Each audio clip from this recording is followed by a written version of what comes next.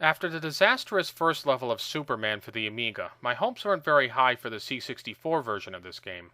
However, much to my utter shock and amazement, I found that this game is actually good. Is it a masterpiece?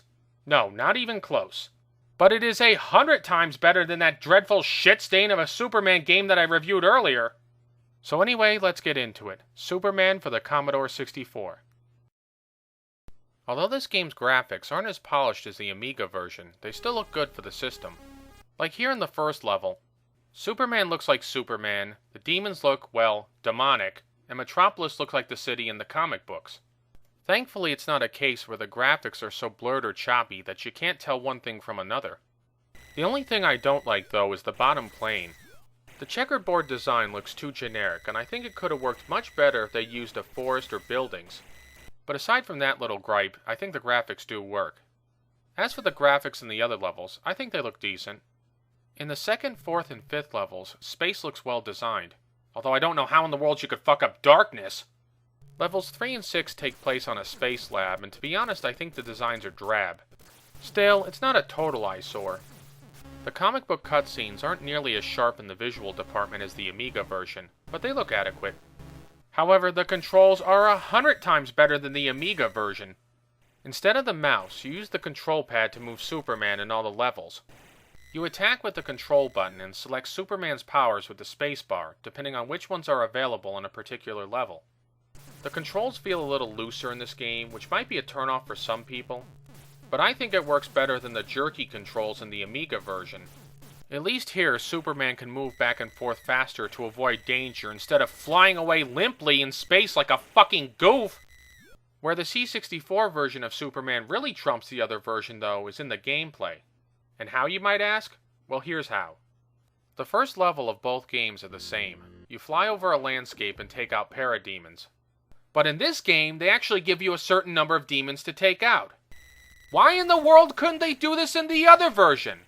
Probably because they had their heads stuck so far up their asses that they couldn't actually see what they were doing.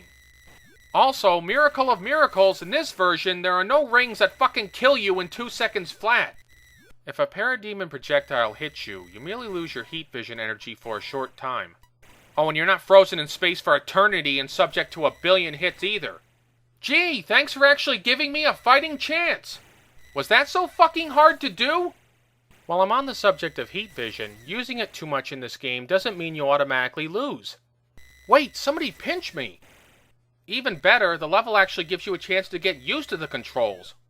If I didn't know any better, I'd swear that the game designers traveled into the future and listened to my complaints about the Amiga version. There's one other good point in this level. The timer actually counts down to 0 so you know how long you have left. A simple thing to be sure, but they couldn't even get that much right in the other game. Level 2 is an asteroid field where you have to protect a space shuttle from being destroyed. Superman can destroy the rocks with either his heat vision or his fists. Overall, this level is really easy to beat.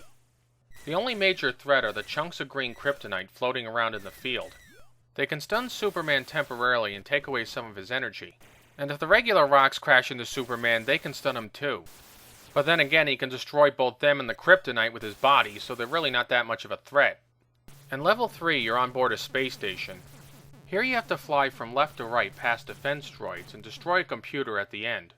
Now the AVGN gave this level some shit in his Superman 64 review, and I don't think it was entirely warranted. He stated that you get knocked back a fair distance every time you're hit, which is true.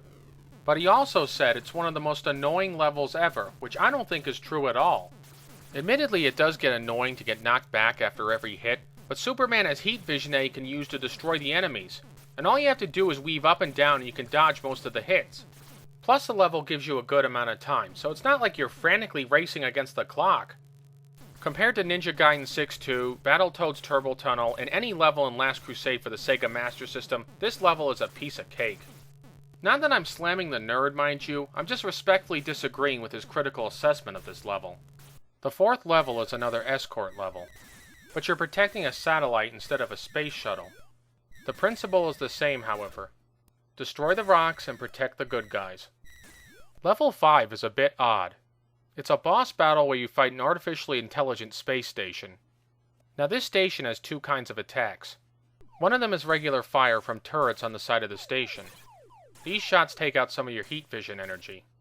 The other shot is some kind of strange energy projectile from shafts in the station. These ones stun you for a second like kryptonite. At first I didn't have a clue how to beat this level because the station puts up a shield that blocks your attacks.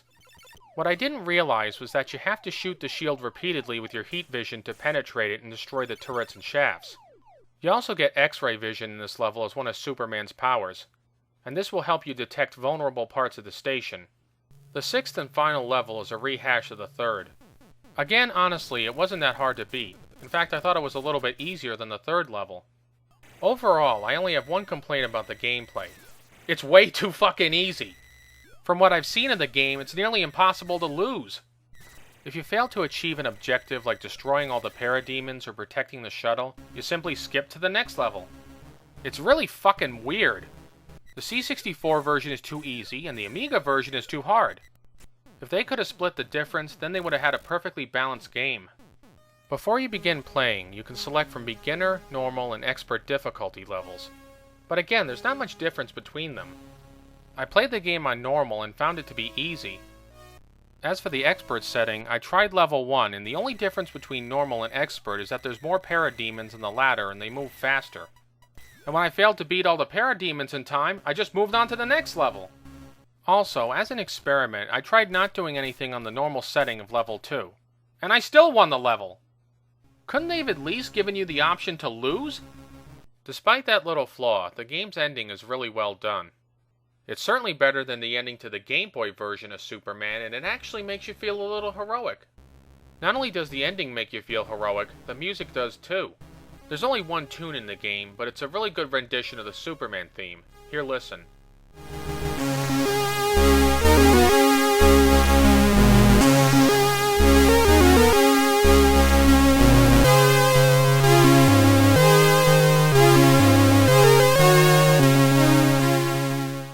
In fact, it was so good, I was actually humming along with it. Perhaps the oddest point about this game is that it was designed by the same company who did the Amiga version. Don't believe me? Here, look, it's Tynesoft. How in the fucking hell can they go so right with one version of the game and then go so wrong with the other? Who knows? All I can say is that they did do a good job with this game. So in conclusion, Superman for the C64 is one of the few games that does justice to the iconic character. Play it and you won't be disappointed. This is Film and Stuff signing off. Thanks for watching.